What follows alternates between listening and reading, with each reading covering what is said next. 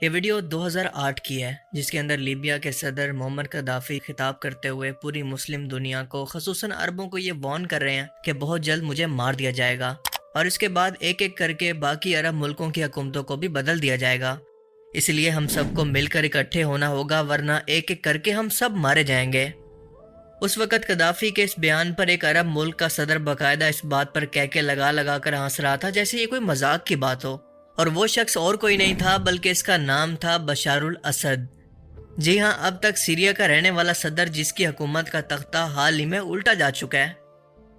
بظاہر سکرین پر جو نظر آ رہا ہے کہ بشار الاسد کی جس حکومت کو مجاہدین نے الٹا ہے اور وہ یہاں پر اسلام کے نفاذ کی بات کر رہے ہیں، لیکن اصل میں ان لوگوں کو اسلحہ، ٹریننگ اور اس حملے کا راستہ امریکہ اور اسرائیل نے مل کر دیا ہے، تاکہ مڈل ایسٹ کے اندر امریکہ کے دشمن رشیا اور ایران کا اثر و رسوخ ختم ہو سکے اور اسرائیل کے لیے گریٹر اسرائیل کا راستہ صاف ہو جائے، جو کہ آپ نے دیکھا کہ اس نے کچھ ہی ٹائم کے بعد گولان ہائٹس پر قبضہ کر کے اور سیریا کے ملٹری اڈوں اور ڈیفنس سسٹم کو تباہ کر کے ثابت بھی کر دیا کہ بہت جلد وہ سیریا کے بہت بڑے حصے پر قبضہ کرنے جا رہا ہے۔ لیکن بدلے میں سیریا کے پاس ان کو روکنے کے لیے کوئی اسلحہ، کوئی مدد، کوئی ملٹری، کوئی عالمی سپورٹ کچھ بھی نہیں ہے۔ سیریا کے آس پاس موجود ملک عراق، مصر، ترکی اور لیبیا خود اکانومیکلی طور پر اس قابل نہیں ہے کہ سیریا کی کوئی بھی مدد کر سکیں۔ یعنی معمر قذافی کی یہ بات آج اندر بالکل سچ ثابت ہو رہی ہے۔ وہ واقعی ایک دور اندیش انسان تھے جن کے دور کے اندر لیبیا نے ریکارڈ ترقی کی اور ان کا یہ ملک عرب دنیا کا سب سے امیر ترین ملک بن چکا تھا۔ لیکن امریکہ اور اسرائیل نے انہیں ہالی ووڈ فلمز کے اندر اور انٹرنیشنل میڈیا کے اندر ایک مسخرے کے طور پر پیش کر کے ہمیشہ ان کی تذلیل کی۔ لیکن وقت نے یہ ثابت کیا کہ معمر قذافی کی ہر ایک بات بالکل سچ تھی۔ اب بہت سے لوگ معمر قذافی سے صرف اس وجہ سے اختلاف رکھتے تھے کہ آخرکار وہ تو ایک ڈکٹیٹر تھا، یعنی ملٹری پرسن جو کہ بنا عوام کے مینڈیٹ کے حکومت پر قابض تھا۔ لیکن دوستو، معمر قذافی کا یہ ماننا تھا کہ کرپٹ پولیٹیشین اور جوڈیشری جو کہ باہر کی فنڈنگ سے اپنے ملک کے خلاف فیصلے کرے، اپنے ملک کے مفادات کے خلاف جا کر قانون سازی کرے، اس سے بہتر ایک ایسے شخص کا اقتدار کے اندر ہونا بہتر ہے جو کہ اپنے ملک کے لیے مخلص ہو اور اس شخص کو ہر جگہ پر جواب نہ دینا پڑے۔ اور یہ فارمولہ لیبیا جیسے ملکوں کے اندر کامیاب بھی ہوا۔ بشار الاسد کے جیسا ظالم ڈکٹیٹر بھی اقتدار پر قابض ہو کر اگر معمر قذافی کی طرح اپنی عوام کی خدمت کرتا ہے۔ سیریا کی حکومت مخالف قیدیوں کی جیلوں سے ایسی خوفناک ویڈیو سوشل میڈیا پر سامنے آ رہی ہیں کہ ان کو دیکھ کر دل ایک دم دہل جاتا ہے، جیسے یہ کوئی سرنگوں کا جال ہو۔ کئی تہہ خانوں کا تو ابھی تک پتہ ہی نہیں چلایا جا سکا کہ وہ کہاں پر موجود ہیں، اور بشار الاسد کا عالی شان محل جس کے اندر دنیا کی قیمتی ترین گاڑیوں کے کئی گیراج موجود ہیں۔ یعنی سیریا کی دولت کو لوٹنے کے بعد اپنے اثاثے بنانا، اپنی عوام پر ملٹری ٹینکس اور بوم سے حملہ کرنا، اس طرح کے ظالم شخص کو ایک نہ ایک دن عوام کے ہاتھوں حساب دینا ہی پڑتا ہے۔ لیکن معمر قذافی ایک الگ انسان تھے، اور اگر اس وقت ان کی وارننگ کو سیریس لیا ہوتا تو نہ آج عراق تباہ ہوتا، نہ شام، نہ فلسطین اور نہ لیبیا۔ لیکن کہتے ہیں نا کہ تیری یاد آئی تیرے جانے کے بعد۔ اپنی طرف سے تو قذافی نے بہت کوشش کی کہ عرب ملکوں کو ایک دشمن کے خلاف اکٹھا کر سکیں، لیکن ان کی اپنی عوام اس دشمن کی چالوں کا شکار ہو کر باغی بن جاتی ہے، اور خود اپنے ہاتھوں سے انہیں قتل کرنے کے بعد وہ لیبیا جو کہ ایک وقت کے اندر اپنی شان و شوکت، اپنی امیری اور سب سے بہترین لائف سٹائل کے لیے جانا جاتا تھا، قذافی کے جانے کے بعد اب ایک جہنم بن چکا ہے۔ جیسا کہ انہوں نے خود کہا تھا کہ اگر میں چلا گیا تو لیبیا کی شان و شوکت بھی اپنے ساتھ لے کر جاؤں گا۔ لیبیا کے لوگوں کو اس سچے وقت کا احساس تب ہوا جب وہ ایک گزرا ہوا وقت یا پھر ایک میموری بن چکا ہے، کیونکہ وہ ملک جہاں کے لوگوں کی آمدنی یورپ کے ترقی یافتہ ملکوں کی آمدنی کے برابر تھی، تعلیم، صحت، بجلی، گیس، پانی سب کچھ مفت تھا، پیٹرول پانی سے بھی سستا تھا، اور یہاں تک کہ اپنا خود کا گھر لینے کے اندر بھی ان کی مالی طور پر مدد کرنا حکومت کی ذمہ داری تھی۔ قذافی کے دور میں 10% پڑھے لکھے ملک کو 88% لٹریسی ریٹ تک پہنچا دیا گیا تھا۔ ہر ایک شہری کے اکاؤنٹ کے اندر حکومت آئل کی فروخت کا کچھ حصہ بھیجا کرتی تھی۔ لیبیا پر کوئی بیرونی قرضہ موجود نہیں تھا، انفیکٹ اس کے پاس اپنے خود کے $150 بلین کے ریزرو موجود تھے، اور یہ ملک آنے والے سالوں کے اندر دنیا کی طاقتور ترین اکانومی بننے جا رہا تھا۔ اس ملک کے اندر بزنس اور سیلری ٹیکس فری تھی،